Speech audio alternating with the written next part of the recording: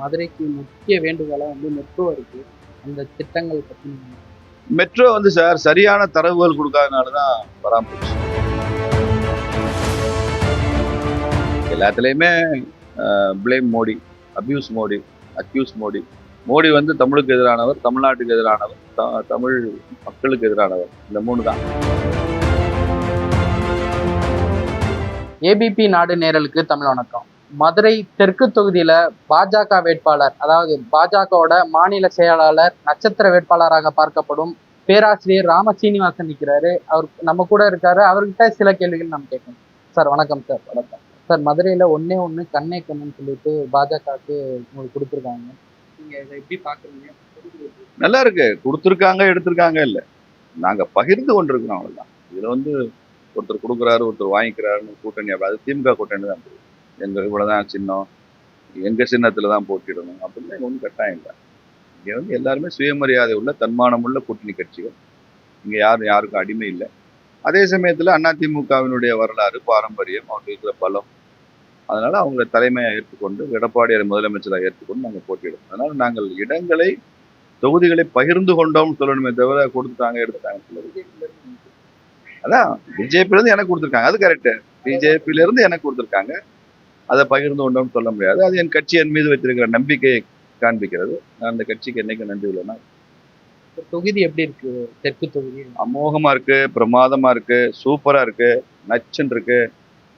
திமுக உதயசூரியனை வச்சு செய்யணும்னு முடிவு பண்ணிட்டாங்க மக்கள். அந்த அறிகுறிகள்லாம் ஆரம்பத்திலிருந்தே தெரியுது. நாளுக்கு நாள் அந்த அறிகுறிகள் அதிகமாகிக் கொண்டே வருகிறது. ரொம்ப என்கரேஜிங்கா இருக்கு. மதுரை தொகுதி ரொம்ப என்கரேஜா இருக்கு. தெற்கு தொகுதியில என்ன மாற்றம் வேணும் அப்படின்னு முதல்ல குப்பை அள்ளணும் சார். இப்போ பாருங்க, லோக்கல் பாடிஸ் எலெக்ஷன்ல பேச வேண்டியது அசம்பிளி எலெக்ஷன்ல பேசுறோம்.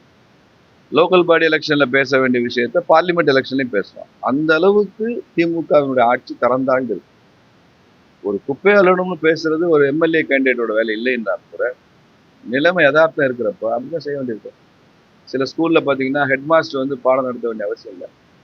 ஆனா அந்த கிளாஸ் டீச்சர் ரொம்ப இரஸ்பான்சிபிளா இருந்தாலோ, லீவ்ல போயிட்டாலோ, ஹெட் மாஸ்டரே பாடம் நடத்துற கட்டாயம் இருக்கும். அந்த மாதிரி இப்போ ஹெட் மாஸ்டரே பாடம் நடத்துற மாதிரி எம்எல்ஏ எம்பி எல்லாம் உட்காந்து லோக்கல் பாடிஸ் விஷயத்த பேசிக்க வேண்டியது ரொம்ப பரிதாபகரமான விஷயம். மதுரைக்கு முக்கிய வேண்டுகோளா மெட்ரோ இருக்கு. அந்த திட்டங்கள் பத்தி மெட்ரோ சார் சரியான தரவுகள் கொடுக்காதனால தான் வராம போச்சு. அன்னைக்கே நாங்கள் இதை விளக்கமா சொல்லியிருக்கோம். ஸ்டாலின் ஆட்சியினுடைய ஃபெயிலியர்ஸ்ல இது ஒன்று. மதுரைக்கும் கோவைக்கும் மெட்ரோ கொடுக்கல. மத்திய அரசாங்கம் கேட்ட எந்த குறியுமே இவங்க அட்டன் பண்ணி பதில் சொல்லல. குறி கேட்பாங்க. அந்த இவங்க போடுற அந்த ப்ராஜெக்ட் ரிப்போர்ட்ல கொரிஸ் திரும்ப அதை சரி செஞ்சு அனுப்புவாங்க. எதையுமே எந்த முயற்சியும் பண்ணல. இவங்களே ஒரு பிளேம் கேம், மத்திய அரசு தரலன்னு சொல்றதுக்கு வசதி அதை பயன்படுத்திக்கிட்டாங்க. நாங்கள் ஜெயிச்சு ஆட்சிக்கு வந்தோடனே என்டிஏ ஆட்சி வரும், எடப்பாடி சிஎம். அப்போ ஒரு பொலிட்டிக்கல் என்விரான்மெண்ட் மாறும், பொலிட்டிக்கல் ஈகோ சிஸ்டம் மாறும். அதுல பல விஷயங்கள் நடக்கும். அதுல மெட்ரோ வரும். தெற்கு தொகுதியில் ஏற்கனவே சிட்டிங் எம்எல்ஏ மதிமுக வேட்பாளர் நிற்கிறாரு. அவருக்கு என்ன குறைகள்லாம் சொல்லுங்க. மதிமுக எம்எல்ஏ இயங்கவே இல்லையே. அவர் அதிகபட்சம் அவரை பத்தி விசாரிக்கிறப்ப எல்லாம் கல்யாணத்துக்கு வருவாரு, காதுவத்துக்கு வருவாரு, துஷ்டிக்கு வருவாரு, இப்படிதான் பேசுறாங்க.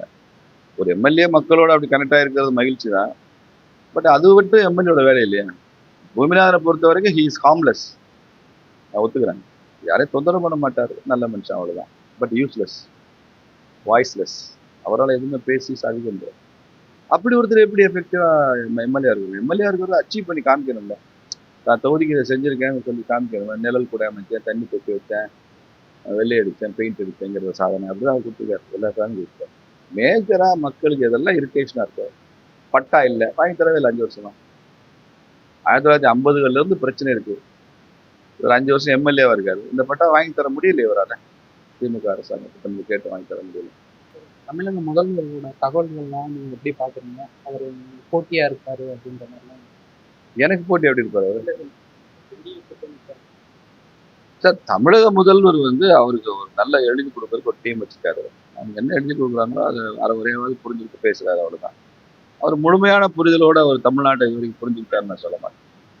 எல்லாத்துலேயுமே blame Modi, abuse Modi, accuse Modi. Modi தமிழுக்கு எதிரானவர், தமிழ்நாட்டுக்கு எதிரானவர், தமிழ் மக்களுக்கு எதிரானவர். இந்த 3 தான். நீங்கள் டெல்லிவாலா ஸ்வீட்ஸ் போய் பார்த்தீங்கன்னு வச்சுக்கோங்க, ஸ்வீட் கடையில் நூற்றுக்கணக்கான ஸ்வீட்ஸ் இருக்கும். பார்த்து ஒன்று லட்டும்பா, ஒன்று பூந்திம்மா, வேற வேற பேர் சொல்லுவான். ஆனால் ஒன்னொன்னுலையும் எல்லா ஸ்வீட்லேயும் 3 விஷயம் பொதுவாக இருக்கும். டால்டா இருக்குமா, நெய், டால்டா அல்லது நெய் இருக்கும். சர்க்கரை இருக்குமா, மைதா மாவு இருக்குமா, இந்த 3 காமன் தானே. இந்த 3 இல்லாத ஸ்வீட் இருக்காது. அதே மாதிரி தான் திமுகவோட ஸ்வீட் கடை டெல்லிவாலா ஸ்வீட்ஸில் மோடி தமிழுக்கு எதிரானவர்னு ஒரு இன்கிரிடியன்ட் இருக்கு. தமிழ்நாட்டுக்கு எதிரானவர், தமிழ் மக்களுக்கு எதிரானவர். இதைத்தான் அவங்க 2016 10 வருஷமா இந்த 3 மாவு வச்சு தான் உருட்டுக்கடை அல்வா, இருட்டுக்கடை அல்வா மாதிரி இது உருட்டுக்கடை அல்வா போட்டுட்டு இருக்காங்க.